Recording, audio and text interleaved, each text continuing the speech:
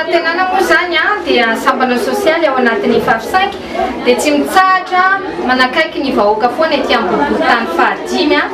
raha teo aloha teo dia nandoa ny cotisation ny fram izahay ho an'ilay tena sahirana dia amin'izao indray zay vakotra fitaovam-pianarana mora dia mora takatry ny rehetrarehetra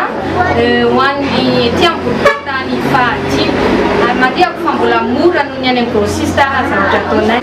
ny tanjonay amin'izany moa dia ny mba hitovizany manam-bola sy ny sahirany samy anana fitaovam-pianarana daholo satria ny tanjon'izy ireo dia samy te hampianatra ny zanany avy izy rehetrarehetra ka hozy aho hoe aza tositosika ny gotry fa tsy fantatrao nge zay anao kamany tena faly zay ka